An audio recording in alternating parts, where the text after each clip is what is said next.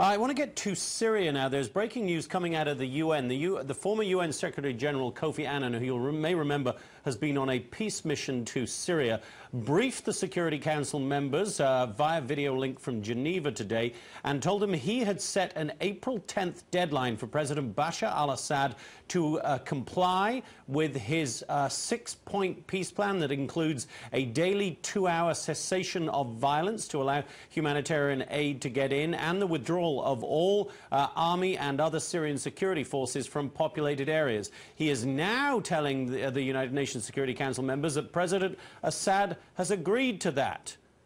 We'll see how that works out. April 10th is the deadline. Colonel Cedric Leighton, you retired from the U.S. Air Force and currently president of Cedric Leighton Associates, joining us as ever from D.C. today. Colonel, good to see you. Good to see you too, Jonathan. How are you doing today? I'm good, thank you. Is anything President Assad worth the paper it's written on or the airtime it takes up to say it? The short answer, no. I think that in this case we have to be very, very careful. The only thing that will work with Assad is a very hard and fast deadline, and I'm glad to see that finally Kofi Annan has actually come out with a deadline. Initial reports had indicated, even the reports last week had indicated that there was no deadline, and that just doesn't work, especially with the regime like the Syrian regime. The only thing they understand are hard and fast deadlines and consequences to their action, and that makes all the difference in the relationship with the Syrians. And the problem here, it seems to me, Colonel, is there aren't any real consequences. We have the hard and fast deadline, as you point out, April 10th now, but what are the consequences for President Assad if he doesn't adhere to that deadline? Exactly, and you'll see the same thing in Syria as you see with North Korea, where nations of that type, obviously very culturally different, but they will take a deadline all the way to the end and then say, oh, we can't comply for whatever reason, or they just refuse to comply for a variety of reasons. And in the case of Syria, what I think we'll see is a movement, lots of seeming progress, lots of meetings, lots of shuttling back and forth between various capitals, especially by Kofi Annan, but then on the final analysis on April 10th, I would not be surprised if we continue to see killings in places like Homs and Idlib and other cities in Syria, and that would be a tragedy. I hope I'm wrong, but I'm afraid that in this particular case what you're going to see is in effect more of the same. Let me bring in Scott and Brad to this conversation, Colonel. Scott, do you expect the guns to suddenly and completely fall silent on April 10th? No, I mean, Assad hasn't kept up to his end of the bargain in the past. I mean, it's encouraging the United States is doing something. We're giving them communications equipment to the rebels. We're starting to pay the salaries of rebels, which will encourage more Syrian army people to defect to the rebel side. It's very frustrating. I mean, that's basically that we have to really enforce this sanction regime and also try to bring in Russia, who's not cooperating and continues to support Syria in various ways. Brad, what more do you think the U.S. should be doing? Well, consequences, as the Colonel correctly pointed out. What good is our deadlines without consequences for the deadlines being averted, either overtly or otherwise? And I think the Syrians are waiting us out. That's their modus operandi, is they hope to just wear us down. And the leadership of this president is almost non-existent. Why didn't he convene a Security Council meeting long ago, sit in the chair of the United States, and put the Russians and the Chinese feet to the fire where publicly they had to account for their positions? That's what I think is missing here, is the presidential leadership. The guy who told us we could bring nations together is AWOL. Where is the president? I just wish we very quickly would, you know, in the past we never made these issues partisan politics. It was just the country together, and I don't think we should attack the president for this. He's been out. It's easy for a candidate and like Romney to decide to be tougher, but I think the president's done the right thing. No, this is what the president said he would do. Let me bring Colonel Leighton back in. Colonel, it strikes me that in a sense President Assad has looked back at his father's reign, looked back at the way he managed to carry out the massacre in 1982 of, at a minimum 10,000, that's the lowest figure you ever hear, were massacred then, and survive another 18 years until he died in office, and thought, I can do this, I can get through this. And frankly, it looks like President Assad is winning. Well, at the moment it does look like that, and part of the problem is that you have such a divided opposition. You have the Free Syrian Army, which, unbeknownst to us, is probably made up of many different factions that aren't even publicly revealed. There's some that we know about. Then you have, of course, the Syrian National Council and other opposition groups that are beginning to unify, but it is very, very tragic for the opposition that they haven't been able to come up with a unified position, with a unified plan, and an ability to actually take over the government of Syria should they be fortunate enough to assume power. And that is, their weakness, their organizational weakness, is creating a real problem for them to receive support. And you see, as was pointed out earlier, by Brad and by Scott, the basic thing that you see here is a way in which the various Arab states, especially Saudi Arabia, Qatar, are trying to find a way to funnel lethal aid to the Syrian rebels. The idea of giving them non-lethal aid is really a little bit too late. That would have worked maybe at the beginning of this process, but at this juncture, I don't think that is sufficient for the rebels to succeed. And the tragedy of that is that this was an opportunity for us to really isolate the Iranians, because of course Syria is Iran's big ally in the Arab world, and I think we have missed that opportunity. There's always a lot of debate, Colonel, about whether we should have forced Assad out more aggressively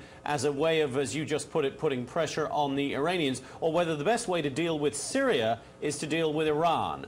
Which would, and we've also heard the talk about how Ronald Reagan had a lot of issues going on in the Middle East, but decided his focus should be on ending the Cold War. Do you think we need to focus more specifically on one issue and perhaps let people get slaughtered in Syria while we deal with Iran? Well, I think part of it is what I would call the low-hanging fruit theory of international relations, and in this particular case, it is one of those situations where I think what could happen and what should happen is you take care of the low-hanging fruit, which in this case is Syria.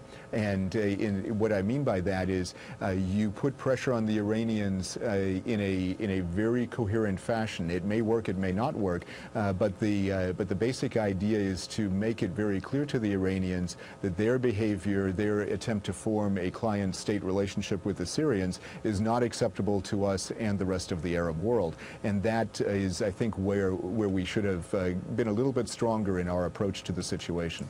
But I would just say, though, I do think there is a lot of significant differences between what's happening now and 30 years ago with Assad's father. I don't think that 30 years ago, you had this unified Arab world that was clearly on the side of the Syrian opposition. 30 years ago, you didn't have the kind of defections that you have now. And 30 years ago, you didn't have the Arab Spring. So even though it's very heartbreaking to see what's going on there, and there are no easy answers, it would be nice to say, let's go in and, would it be militarily? It would be very difficult and challenging, and who knows how that would happen. Yeah, that's a fair point, isn't it, Brad? That this is a very tricky military situation. It is, but we have opportunity that we didn't have back in the 80s with the dad. We have actual now insurgencies within Syria that could not have been possible to the extent it is today against his father. So we should exploit the opportunities that are given us today. As the Colonel rightly pointed out, if we can take out Assad in Syria, then Iran is further isolated, much more isolated, also from doing some of the mischief that they've been able to accomplish in Iraq and the destabilization of other countries within their sphere of influence. So if we can knock out their #1 partner in crime, we've done a great service to then trying to accomplish what we need to do in Iran. Colonel, is there a military strategy you could foresee that would achieve that, would achieve taking Assad down and leave us open to an absolute minimum of risk? Or is this one of those situations where if you're going to bite the bullet, militarily speaking, you have to go all the way? Well, I think you should be prepared to go all the way, but I think one of the big things with military force, it is very much a piece of other elements, particularly the political and the diplomatic element. And it's very, very important to bring all of those together and have a very coherent approach. Technically, from a military standpoint, it could be done. As the chairman of the Joint Chiefs of Staff pointed out, it is a very difficult thing to do, and Syria has a very extensive air defense network, but it is not an impregnable air defense network. And sometimes what works very well is the threat of the use of force and not necessarily the actual use of force. I do not advocate sending troops on the ground if we don't have to do that. That is a very difficult and problematic thing to do, and it gets us involved in things that as we've seen with Iraq and Afghanistan, that we don't necessarily need to be involved in. But it becomes very, very important for us to go and send a message and be prepared to exercise force if we have to do so. But it is part and parcel of political, diplomatic, and economic pressure that we need to bring to bear on the Assad regime to stop them from behaving as a surrogate of Iran and from creating a very destabilizing situation in the Middle East. And talking of a destabilizing situation, if we were to take some sort of military action, you've got the Iranians just across their border there would be very, very nervous indeed and might be tempted to take some sort of action themselves. You've got the Russians who might want to get involved. It's something that you would have to calibrate so carefully, isn't it, to avoid the sort of complete conflagration there? Absolutely, and that's why complete transparency becomes very, very important. You know, bringing up what happened 30 years ago with the end of the Cold War, and of course with Assad Sr., Hafez al-Assad, doing the things that he did, that it was a totally different world. And with the advent of social media, the access that even the Syrian population has to these kinds of things, we have a great opportunity to make that work. But the pressure still belongs on the nation state. It's the responsibility of the nation state, especially as one as powerful as the United States, to come together and bring solutions to problems like this, because now it's truly a case of the whole world watching what's going on, and that is what we're seeing today. All right, Colonel Cedric Leighton, U.S. Air Force retired, president of Cedric Leighton Associates. Great to see you as always, Colonel. Thank you very much indeed. Thank you, Jonathan. Great to be with you.